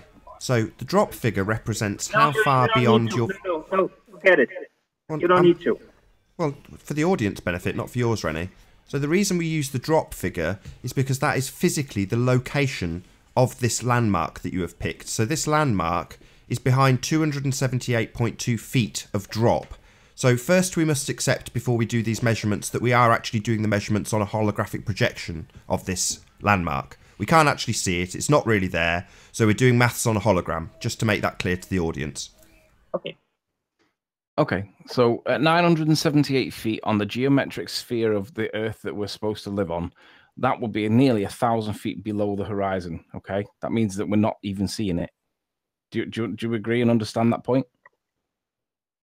Yeah. So okay, so the math says it's a hologram. We can't really see it, just to make that clear.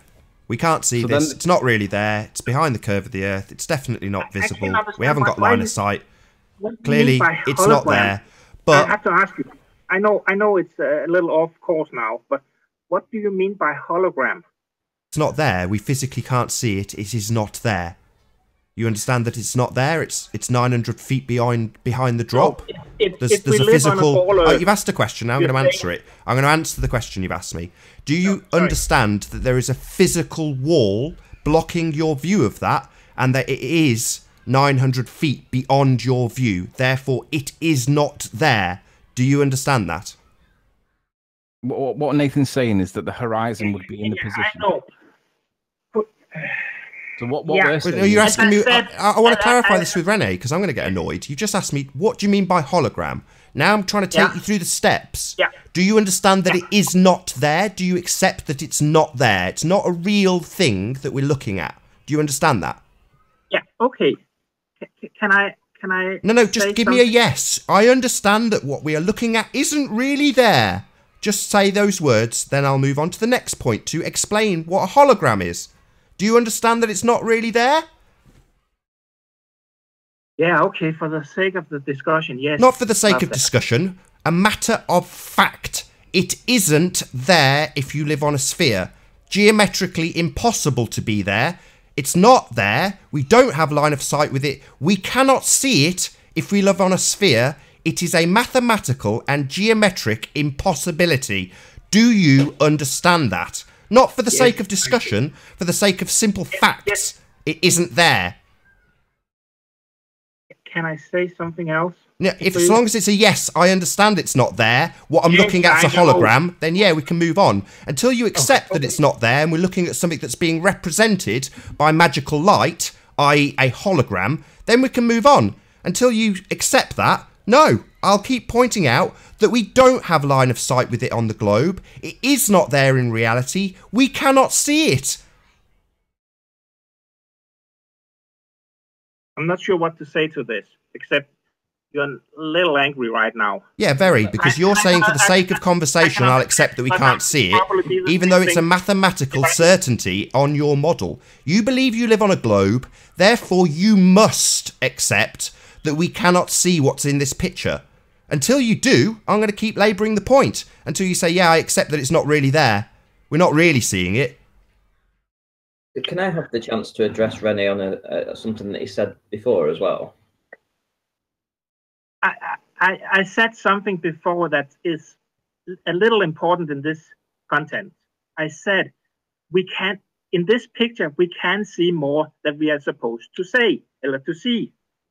Yeah, but it's I quite a already lot. said that. Renee, it's quite a lot more. Anthony, can you watch the side chat, buddy? Well, Yeah. And I just want to share my screens as well, if that's possible. Can I show something else on this picture? I like to show you.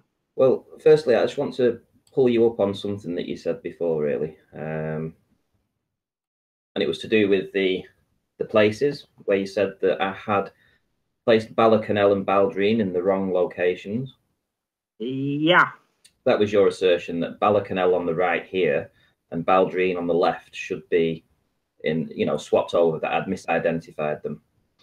Okay, well, if I go to Google Earth and here we've got Balacanel, yeah, I'm going to put a line of sight in there to Balacanel from where Anthony took his. Yeah. Oh,